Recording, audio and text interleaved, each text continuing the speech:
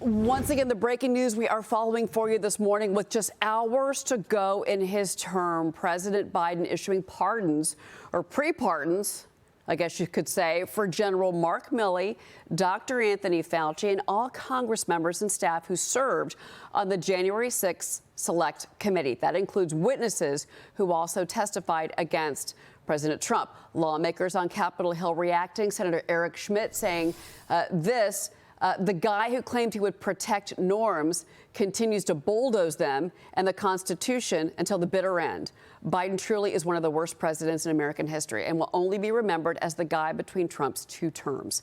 Joining me now is Tennessee Senator Marsha Blackburn. She's a member of the Senate Judiciary, Commerce, Small Business, Health, Joint Economic, Finance, and Veterans Affairs Committee. Senator Blackburn, it is wonderful to have you. Your reaction to this breaking news? Oh, Cheryl, they know that they did things that were unlawful and certainly unethical. And President Biden knows this. So as information comes out, he wants to be able to say that he gave them a pardon. And it is basically for them to be held unaccountable for what they did with the committee, with COVID. And I'm not surprised by this at all. This is a president who has worked overtime trying to make illegal legal so it would suit his agenda, which is America last. But, you know, Senator, I don't think I personally, we're looking into this. I've never seen this happen before, this quote unquote pre-pardon, if you will. Is this constitutional? I'm sure there will be discussion about that. The president has the right to issue pardons. And indeed, as you're saying, no one has ever issued preemptive pardons. But he did that with Hunter. He has done that now with people that testified against President Trump. Here's what Joe Biden is missing. On November 5th, the American people sent a message that they wanted to see action. They wanted change. They want the border secure. They want inflation dealt with. They want the economy to be strong. They want us to return to our standing in the world. That is what Donald Trump is going to deliver. And I am so looking forward to his being sworn in today, to this ceremony, and seeing him move forward on the agenda for the American people. All right, Senator. Well, certainly there is a long day ahead and a lot of celebrations and pomp and circumstance. And then, of course, later today, the Senate gets back to work because you're going to be back in business. And it sounds like one of the first things you're going to be looking at is the confirmation of Senator Marco Rubio. Yes, indeed. We are looking forward to that. We are still working to reach an agreement on time and being able to confirm Senator Rubio, John Ratliff, pushing Kristi Noem forward. Getting these confirmations done today is important, and you're going to see us every single day starting the confirmations and pushing them across the finish line so that President Trump has his cabinet in place so we can move forward with the American people's agenda. All right. Well, no rest for the weary, and certainly getting a Secretary of State in place would be of paramount importance considering what we're seeing happening overseas with Israel and Hamas and the deal that has been struck there. The other big news I do want to get your take on, and I know we've talked about this before, is TikTok. So they restored service to more than 170 million American users yesterday.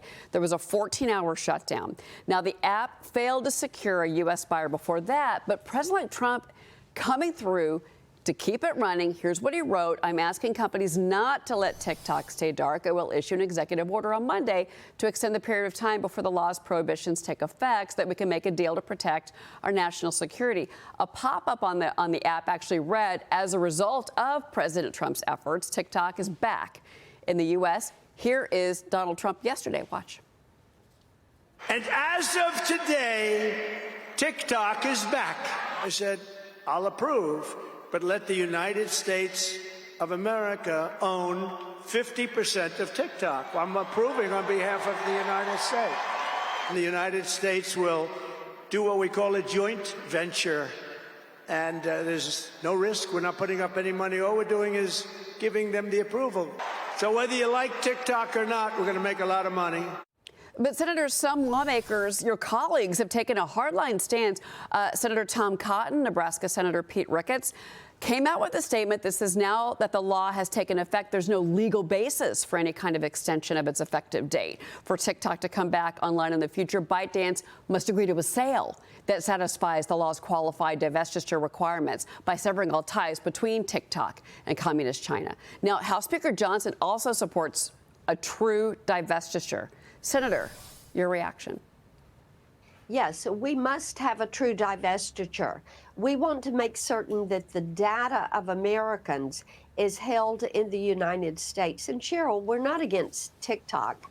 There are all sorts of platforms. What we oppose is the way the Chinese Communist Party has access to all this data. They are able to build a virtual you of every user of TikTok because of the spyware that is built into that platform and that data being housed in Beijing. It has to have U.S. ownership, and the data has to be here, and it has to be severed from the Chinese Communist Party. So that includes the algorithm, in your opinion, Senator? Yes, indeed it does, because you do not want that algorithm going in and capturing data from the other apps.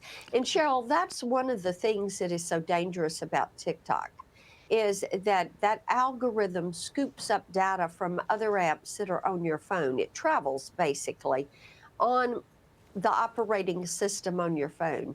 And what Congress has said, that is spyware, and that must end.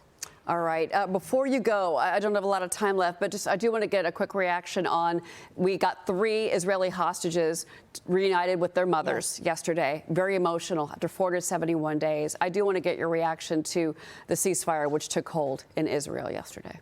Yes, and we know that Steve Witkoff has worked tirelessly to make this happen. He has been an excellent envoy in making this happen. We celebrate with these families. We grieve with those that have lost lives and those that are still held. So we've had phase 1.